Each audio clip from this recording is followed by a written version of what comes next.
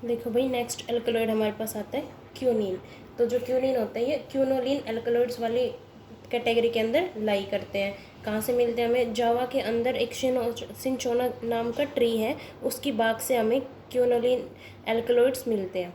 उसके बाद अगर इनकी कैरेक्टरिस्टिक्स की बात की जाए तो ये लेवोरोटेटरी होते हैं और टेस्ट के अंदर बिटर टेस्ट होता है। और बहुत लंबे टाइम से हमें as a anti malarial drug हम इसे यूज़ कर रहे हैं। वैसे भी नॉर्मली जो सिंचोनाबार के से जो एल्कलॉइड मिलते हैं उनको फीवर के ट्रीटमेंट के लिए यूज़ किया जाता है। उसके बाद नेक्स्ट बात आती है हमारी इसके पास, ये इसकी देखी जाए तो मेल्टिंग पॉइंट होता है 177 डिग्री मेल्टिंग पॉइंट होता है। और crystallize 3 water of molecule use करके क्रिस्टलाइज होते हैं ये। उसके बाद बात आती है इसके स्ट्रक्चर इलुसिडेशन की। स्ट्रक्चर इलुसिडेशन में फर्स्ट स्टेप होता है हमारे पास उसकी मॉलिक्यूलर कॉम्पोजिशन। तो मॉलिक्यूलर कॉम्पोजिशन होती है इसकी CH20H24N2O2। नेक्स्ट हमारे पास है ये 2 सीरीज क्वाटरनरी सॉल्ट की फॉर्म करता है bye absorbing 2 moles of CH3I। Methyl iodide की 2 मोल यूज़ करके क्वाटरनरी सॉल्ट की 2 सीरीज़ हमें मिलते हैं या 2 अलग अलग टाइप के क्वाटरनरी सॉल्ट हमें मिलते हैं। उससे पता चलता है कि इसके पास 2 टर्शरी नाइट्रोजन एटम है और दोनों अलग अलग टाइप की है। ठीक है, next it can form acetylated monobenzoylated derivative. ये मोनो एसिटाइलेटेड और मोनोबेंजोइलेटेड डेरिवेटिव की प्रिपरेशन करता है। उससे हमें पता चलता है कि इसके पास एक OH ग्रुप है जो ऑक्सीडेशन पे क्या देता है? कीटोन। और एल्कोहल हमारे कीटोन दे रहे हैं ऑक्सीडेशन पे, मतलब एल्कोहल कैसे हमारे पास? Secondary alcohol. नेक्स्ट पॉइंट आता है इसके अंदर, तब हम इसकी ट्रीटमेंट करवाते हैं HCl के साथ। तो क्या मिलता है हमें? 1 मोल CH3I का।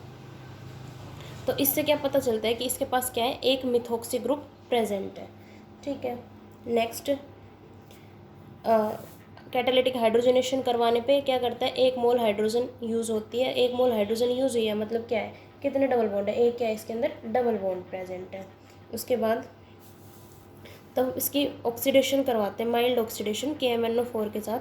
तो क्या मिलता है हमें? एक कोई भी कार्बोक्सिलिक एसिड मिलता है और साथ में क्या मिलता है हमें? Formic acid.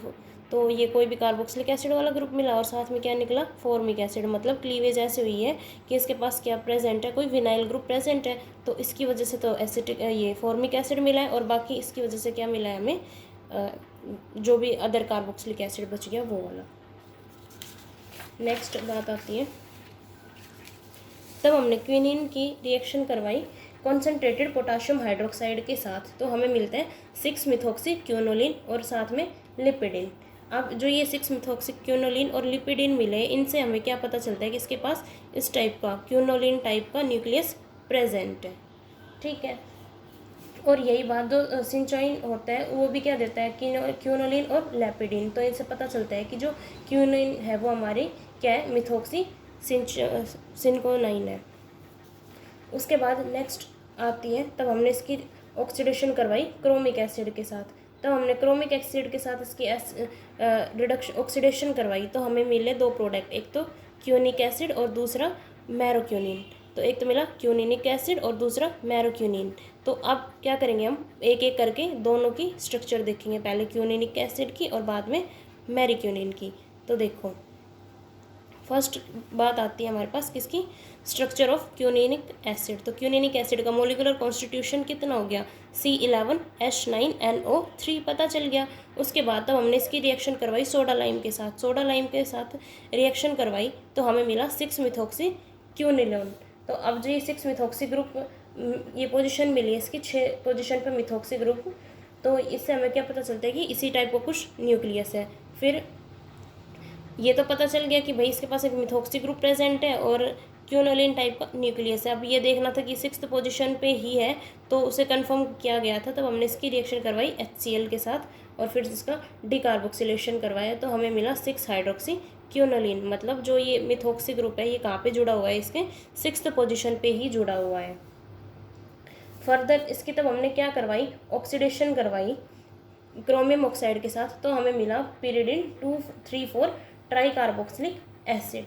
अब जो ये पिरिडिन 234 ट्राई कार्बोक्सिलिक एसिड मिला हमें क्यूनिनिक एसिड से, इसने क्या बताया कि जो बेंजीन इसने बताया कि बाद में क्या हो जाती है? बेंजीन रिंग ऑक्सीडाइज हो गई और साथ में ये OCH3 ग्रुप भी अटैच था, वो भी ऑक्सीडाइज हुआ है। तो इन सारी ये जो ऊपर वाली स्ट्रक्चर से है, हमें पता लगा कि जो ये है हमारे पास क्यूनिनिक एसिड, इसकी स्ट्रक्चर ये है, ये आइसोक्यूनिलिन न्यूक्लियस, 6th पोजीशन पे OCH3 और यहाँ पे क्या है आपका COOH। ठीक है भाई। अब किसी चीज़ की स्ट्रक्चर हमें पता चल जाती है तो क्या देखते हैं, उसकी सिंथेसिस को देखते हैं। तो अब इसकी सिंथेसिस कैसे करेंगे, तो ये इसकी सिंथेसिस है। इसके लिए क्या है हमारे पास मिथॉक्सी ग्रुप, तो ऑर्थो मेटा पैरा, तो para methoxy aniline, para methoxy aniline की रिएक्शन करवाते हैं हम एसिटिक एस्टर के साथ। तो ये होता है हमारे पास एडिशन प्रोडक्ट की फॉर्मेशन। अब जो ये एडिशन प्रोडक्ट है, इसकी इनोलाइजेशन करवा के एसिडिक मीडियम में इसकी रिएक्शन करवाई जाएगी, रिंग की साइकिलाइजेशन हो जाएगी। रिंग की साइकिलाइजेशन उसके बाद POCl3 और PCl5, ये क्या काम कराते हैं, क्लोरिनेटिंग रिएजेंट है, यहाँ पे क्लोरीन का एडिशन। उसके बाद एल्यूमिनियम इन एसिटिक एसिड HCl का रिमूवल होगा, क्या बन जाएगा हमारे पास ये क्यूनोलिन टाइप का न्यूक्लियस, इस पोजीशन पे OCH3। इसकी रिएक्शन करवाई C6 क्या बोलते हैं इसको, बेंजल्डिहाइड के साथ in the presence of zinc chloride. तो इसकी जगह रिएक्शन हो जाएगी, ये अटैचमेंट होगा। ठीक है, फर्दर इसकी KMnO4 के साथ ऑक्सीडेशन करवाओगे तो ये पूरा ग्रुप ऑक्सीडाइज हो जाएगा और ये हमारे पास क्या आ गया, क्यूनिनिक एसिड। ठीक है भाई, तो ये था आपकी क्यूनिनिक एसिड। नेक्स्ट वीडियो में हम देखेंगे स्ट्रक्चर ऑफ मैरीक्यूनिन। नेक्स्ट है स्ट्रक्चर ऑफ मैरोक्यूनिन। तो मैरोक्यूनिन की जो केमिकल कॉन्स्टिट्यूशन है वो क्या है, C9H15NO2। यूजुअल टेस्ट करोगे नॉर्मल, उनसे पता चलेगा कि इसके पास एक कार्बोक्सिल ग्रुप है और एक क्या है, डबल बॉन्ड। ठीक है भाई। उसके बाद तब हमने इसकी ऑक्सीडेशन करवाई मैरोक्यूनिन की, तो हमें क्या मिला, फॉर्मिक एसिड और साथ में एक C8H13NO4 कॉम्प्लेक्स मिला जिसका नाम है सिंचोलाइपोनिक एसिड। जिसकी फर्दर ऑक्सीडेशन करवाएंगे तो हमें एक डाइकार्बोक्सिलिक एसिड मिलेगा जिसका नाम है लायोपोनिक एसिड।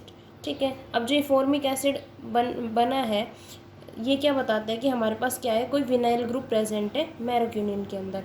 तो हमने पहले देखा भी था कि इसके अंदर एक विनाइल मोइटी प्रेजेंट है, तो वो किसके पास है, मैरोक्यूनिन के पास है। उसके बाद ये बना, एक कार्बन कम हुआ और उसके बाद फर्दर एक कार्बन कम हुआ, मतलब कि इसके से ज़्यादा एक कार्बन इसके पास है और फिर उसके बाद विनाइल ग्रुप आ जाएगा इसके अंदर। तो जो नेक्स्ट देखो, फिर हमने देखा ये जो लायोपोनिक एसिड है, ये क्या था, बहुत ही कम स्टेबल था और बार बार क्या हो रहा था, आइसोमराइज हो रहा था पिप्रिडिन 3,4 डाइकार्बोक्सिलिक एसिड के अंदर। तब हम इसकी ट्रीटमेंट करवाई KOH के साथ 200 डिग्री सेल्सियस के ऊपर।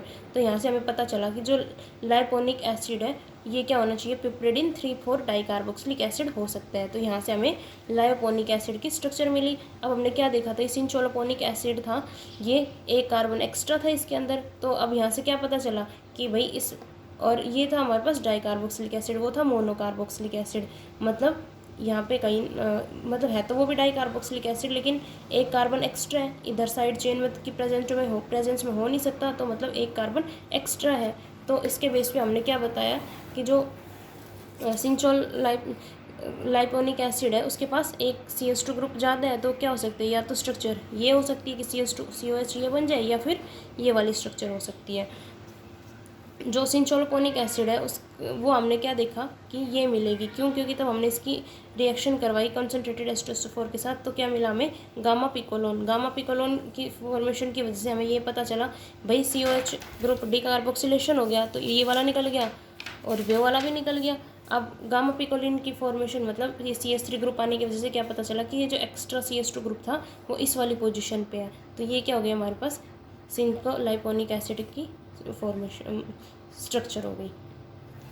फर्दर किसी की स्ट्रक्चर पता चल जाती है तो उसके क्या करते हैं हम, सिंथेसिस करते हैं। तो क्या लेके चलना है, बीटा क्लोरोप्रोपेनॉइल एसिटल, इसकी अमोनिया के साथ रिएक्शन की। पता है कैसे होगी रिएक्शन, वही डाइमराइज हो जाएगा प्रोडक्ट, ये दो मोलिक्यूल NH। तो इमिडो डाइप्रोपेनिल एसिटल की फॉर्मेशन होगी, इसके HCl के साथ रिएक्शन करवाई, CHO के अंदर कन्वर्ट हो गए। फिर क्या हो जाएगी, रिंग की साइकिलाइजेशन होगी, यहाँ से 2 CH2 ग्रुप थे, रिंग की साइकिलाइजेशन NH2OH हाइड्रोक्सिलामीन और SOCl2 की प्रेजेंस में रिएक्शन करवाओगे, साइनाइड ग्रुप के अंदर चेंज हो जाएगा। उसके बाद माइसिल कंडेंसेशन करवाओगे, फॉर्मेशन हो जाएगा, उसकी रिएक्शन करवाने बेरियम हाइड्रोक्साइड HCl के साथ हमें क्या मिल जाएगा, सिंचोलाइपोनिक एसिड। ठीक है। अब जो लाइपोनिक एसिड है उसमें उससे क्या बनाना था हमें, मैरोक्यूनिन, और उसके अंदर क्या था, एक HCOH ग्रुप और था। तो यहाँ से क्या पता चलेगा कि वो जो CH ग्रुप HCOH ग्रुप एक और था, मतलब विनाइल कार्बन है। तो या तो ये वाली स्ट्रक्चर हो सकती है या फिर ये वाली स्ट्रक्चर हो सकती है। फिर हमने देखा कि इन दोनों में ये वाली स्ट्रक्चर उसके सारे रिएक्शंस को फॉलो कर रही थी। तो एक देखो क्या क्या थी, तब मैरोक्यूनिन को हमने हीट किया HCl के साथ, तो हमें क्या मिला, 3 इथाइल 4 मिथाइल pyridine। तो तब इसकी हीटिंग हुई तो 3 मिथाइल 4 मिथाइल pyridine। तो यहाँ से पता चला कि 4, लेकिन अगर इसके साथ इससे ये रिएक्शन करवाते तो हमें ये प्रोडक्ट नहीं मिलता। उस टाइम क्या मिलता, 4-प्रोपाइल pyridine। अब जब इसकी रिडक्शन करवाई जिंक के साथ तो क्या मिला हमें, सिंकोलायोपिन, जो जिसके पास क्या था, एक कार्बोक्सिल ग्रुप था और साथ में क्या था, एक इथाइल ग्रुप था। लेकिन अगर थर्ड वाले के साथ रिएक्शन करवाते तो जो प्रोपाइल ग्रुप है वो 4th पोजीशन के ऊपर इंट्रोड्यूस होता, सेकंड पे ना होके।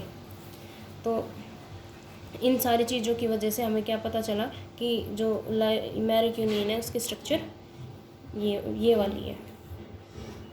ठीक है, नेक्स्ट हमारे पास आता है point of linkage between quininic acid और, अब हम देख ले भाई, क्यूनिनिक एसिड की स्ट्रक्चर भी देख ली और मैरोक्यूनिन की भी देख ली। अब क्या देखना है, इन दोनों में पॉइंट ऑफ अटैचमेंट कहाँ से होगा। हमने देखा कि जो क्यूनिन था उसके पास कोई भी कार्बोक्सिलिक एसिड ग्रुप नहीं था, लेकिन उसका जो ऑक्सीडेशन के प्रोडक्ट बने क्यूनिनिक एसिड और मैरोक्यूनिन, दोनों के पास ही क्या है, कार्बोक्सिलिक एसिड प्रेजेंट है। तो मतलब दोनों की लिंकेज कहाँ से हुई है, जहाँ पे सेंस के साथ कार्बोक्सिलिक एसिड प्रेजेंट है, तो कार्बोक्सिलिक मोइटी से ही इन दोनों की लिंकेज हुई है। ठीक है, अब हमने देखा कि जो क्यूनिन है वो क्या है, एक डाई टर्शरी बेस है भाई, उसके पास 2 नाइट्रोजन है जो टर्शरी नेचर के हैं। लेकिन जो मैरिक्यूनियन था वो क्या है, एक उसके पास क्या है, एक सेकेंडरी नाइट्रोजन एटम है, जो क्या इंडिकेट कर रही है कि ऑक्सीडेशन क्यूनिन की इस तरीके से कि जो सेकंड हाफ मोइटी बची है वो इस तरीके से ऑक्सीडाइज हो जाए कि वो टर्शरी नाइट्रोजन सेकेंडरी